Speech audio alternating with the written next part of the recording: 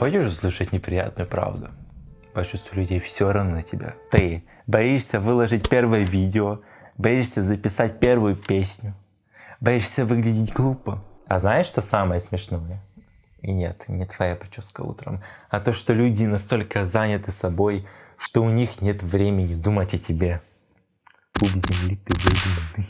Пока ты выбираешь 3 часа обложку, кто-то выкладывает ролик, снятый за 10 минут, и набирает миллионы просмотров.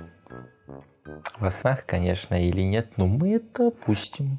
Не потому, что он талантливый, а потому, что он просто нажал на кнопку «Опубликовать». Никто не ждет твоего провала, потому что почти никто не знает про твое существование. И знаешь что? Это неплохая новость. Это лучшая свобода, которую ты когда-либо получишь. Пока ты никому не нужен, ты можешь стать кем угодно.